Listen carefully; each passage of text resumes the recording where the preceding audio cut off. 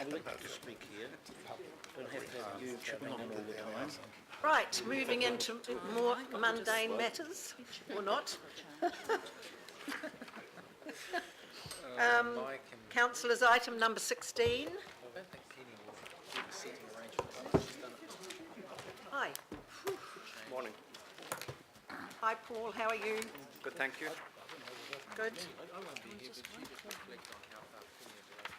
Councillors, this is the impact assessment of region-wide swimming pool pricing policy.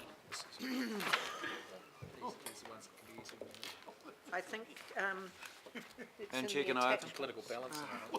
Defend your little thing. Right wing side. Yeah. Councillors, we've got a Leader of report something. today. First of all, I just want to acknowledge the officers who have produced a very, very in-depth and detailed report on the impact thus far of the swimming pool pricing policy, in particular as applies to youngsters under 16 having no entry fee and entering our pools. I think this report comes about as a consequence of recommendation at the time we actually put this into place in 2011 and 12, and by and large shows a good and beneficial story. As we're aware, some of the pools like West Pool, West Wave in Henderson had massive increases in the short term once the policy came into place. And this was causing some problems across the council organisation. But since that time, you'll see from the report, things have flattened out somewhat. Financially, the program has been delivering a surplus, which should be an interesting discussion, probably in the next LTP. There have been some interesting consequences, though, also because of the need for us to price for some pools where they previously weren't adult entry. You'll see that multi-users have decreased 14 to 12% in some of the pools, and of the 3 pools that introduced adult charges, Manaroa, Total Park and Lloyd Elsmore, total visit decreases by 70%. This was the danger. We knew this was going to be one of the outcomes if we weren't able to deliver the full process of non-charging at the gate in our pools, that some parents just wouldn't be there and therefore nor would their kids. But generally speaking, it's been a positive outcome and a good basis upon which we can continue the discussion going forward and certainly into the next LTP. So to the officers, hugely detailed report. Man, someone spent a lot of time on this. Well done. You want to move the recommendation? Yeah, totally. I'll second it then. Thank you, Councillor Wood. I'm going to speak to it. Councillor Penrose. Yeah. Are we speaking to it now? Or are we? Yep. Yeah. Thank you, Madam Chair.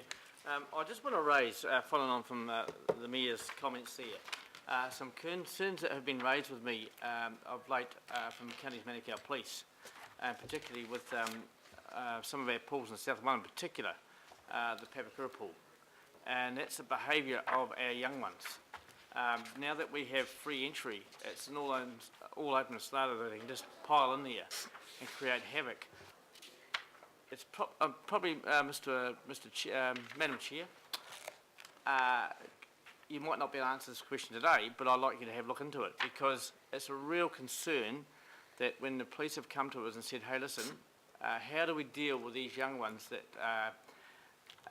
don't contribute financially, as in $1 coin or $2 coin we've had in the past, and now go into the pools and create absolute havoc, and it's becoming a full-time job for Counties Manukau Police to deal with. What we're doing it from a council perspective to try and rein that problem in. Through the Chair, I'm not able to answer that question at this moment in time. I'll have to liaise with my colleagues in Parks and Rec, and we can perhaps respond directly to Councillor on that matter. So, Madam Chair, I'd like to make that a priority, please, Madam Chair, that we get some information back on that, how we're going to deal with that going forward. Is it Papakura It's okay. only? Correct. Councillor Filipaina. Thank you, Chair. I think at this stage as well, having read through the report, to acknowledge the local boards in the Manukau ward. And when you go through the reports, and I mean the user profile and behaviour at number 20 and the fact that children now account for 54% of total pool users, down from 60%, is still a concern.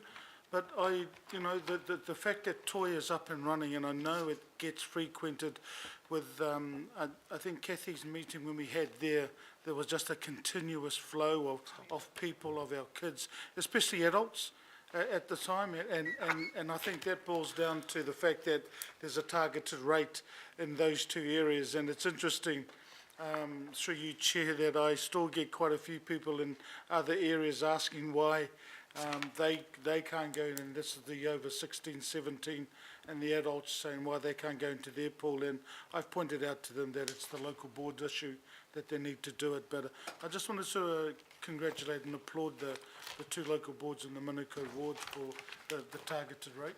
I have several homes in that area, so I've got no issue at all personally in regards to paying the targeted rate. So, from my perspective, and the increase is another key issue, which is that it needs to be applauded. Chair, just one question, and the question is, will there be another update from this report coming through to this committee, through you, Chair? Well, this is for sending out to the local boards, and then it will inform the 17-18 annual plan process. Yeah. So at some stage there will be another report. Okay, thank you. Thank you. Councillor Cooper. Thank you, Madam Chair. It is a very comprehensive report, and I have a different interpretation. I mean, it's clearly, some people are saying increase. I don't see any increase in anything here. So it's quite a concern to me. Yes, we know that we had quite a big increase because we had lots of people complaining about how difficult it was to actually go to the pool, the water quality, the difficulty of lifeguards, young people trying to manage basically the daycare, which the swimming pools became. I applaud the local boards who have a targeted rate. That's fine, good on them for doing that. But we can clearly see that this policy has failed in its intention to increase participation, because we've got a lower Māori participation, we've got lower children's participation, so I can't see how it's a success, except for maybe a higher surplus. But I would actually put forward that that's really because we've cut services. I get constant complaints about the standards of cleaning, theft, so there's not enough people supervising, understaffing at the beginning and the end of days. So the people that are paying are actually struggling. So they tell me they just don't go. They don't want to go because the water quality is not good. People can't even be there to turn the lights on in the morning, ventilation and things like that. And I think that's where we might be making savings and dropping service levels. And that's unfair to everybody who uses the pool, including the children. I mean, I think if we're going to continue with a policy of increasing participation, maybe we give it to as free swimming lessons rather than just a free-for-all for people to drop their kids off and leave them there. And I'm really concerned about our staff's ability to monitor that. And several years ago, we had a death in a South Auckland swimming pool. Yeah, we did. And I don't want to see that happening anywhere else, because our kids are really important, but they should be supervised. And our young lifeguards, school children themselves often, they can't be taking that sort of responsibility. It's very unfair. We're just not we're not spending enough money in the area of supervision. And so to me, it's clear that money is not the issue around participation, because it's dropped. So the money's not the barrier. That the cost for a child to be there all day is very small, but it's actually the people that value it, and then they're not sending kids every blooming day to be not supervised as a daycare. People actually select when they go, and they go along. And if local boards want to make it free for the parents to go as supervisors, maybe not swimmers, that's the better way to spend your money. Then the parents can go and help watch their kids, because that's not happening a lot of the time, the reports I get from my community. My community is so upset about our wonderful pool that used to make money, be really well maintained, and I acknowledge there's been money put in recently, but not without a lot of, you know, local board and myself going to the paper and really pushing. And I've just had another letter this week saying, you know, it's a mess, and they're sitting in puddles of water when they go in the dressing room, and that's from being cleaned overnight. It's still a mess. And our staff are tearing their hair out with contractors. So we're trying to make savings, but it's not working. We are making the savings, but it's not serving our community. And so I just see this as another thing. This policy doesn't work. It hasn't increased participation of young people, which was exactly the intent. So as much as people go, yeah, it's great, it doesn't, that's not what it says here. So I would really like us to look at it again, and maybe, you know, you could still spend the money, but make it work. You know, it's not working now. It's not teaching children to swim, and that was the intention, not to be, you know, running around in the pool. Councillor. So that's my concern. There is no other issue here. We just have to circulate it, but I hope that the local boards have the courage to actually put a targeted rate in so parents can go as supervisors. Thank you. Thank you. Councillor Wood. I just had a question just in relation to financial results. Item 23 or paragraph 23. I'm just curious to know how you work out that figure. Through the chair, the surplus is calculated by looking at the financial costs in terms of delivering the free access for under 16s to the pool, which is then offset by the targeted rate, and also changes in spending behaviour by visitors to the pool. So you don't look at the renewal costs and the maintenance costs and that? No, That's a pretty, I'd like to know more about what you're talking about there. It's a pretty hard figure to just kind of get an understanding of. Can I get more information on that? Indeed, Councillor, and we engaged KPMG to give us some advice initially in terms of doing some estimates around the initial costs of the implementation. So we can provide that to the Council. Thank you. Councillor Penrose. Yeah, Madam Chair, and I failed to forget to say earlier on, I was at the launch the other week of the John Walker Find Your Field of Dreams.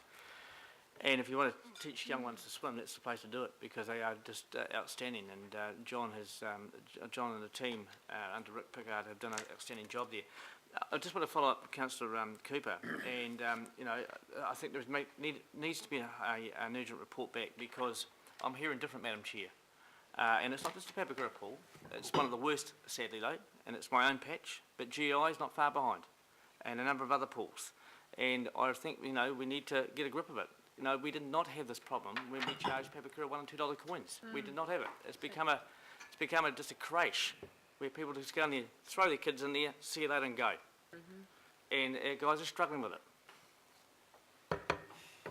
If you want to have another report or anything. Yeah, I wouldn't mind something coming back, Madam Chair. We'll try, we'll put something together for a meeting. Councillor Fletcher. Thank you, Madam Chair. I'm sorry I missed the beginning of this. I had to take a call. But I wanted to ask Paul, who's here, whether he could give us, in light of the discussion that he's heard in the room, can he provide, please, whether the scope of the consultation that is going to be undertaken on this is adequate to address some of the issues that you've heard. There were issues at the time that the policy was introduced, and I know that Councillor Penrose and I were most concerned. I put on my hat as a patron of Auckland Special Olympics that we still are struggling with a lot of the adult swimmers within Special Olympics and the cost of participation and so forth. But what I'm interested in, Paul, is could you just provide an overview of the opportunity this will be for some more serious analysis that perhaps may address the concerns that have been expressed? Thank you. Through the Chair, certainly the intention from that resolution is to circulate it to local boards for their future decision making. However, given the rich source of data that we have here, I think it's quite important in terms of how we look at how this can be applied. With respect to my colleagues that work in parks, and certainly a key focus is around activation of population groups and activation of our facilities. So we believe that this data provides a good opportunity to look at how we actually then target particular cohorts and get them more actively engaged in using our pools and our broader sports facilities.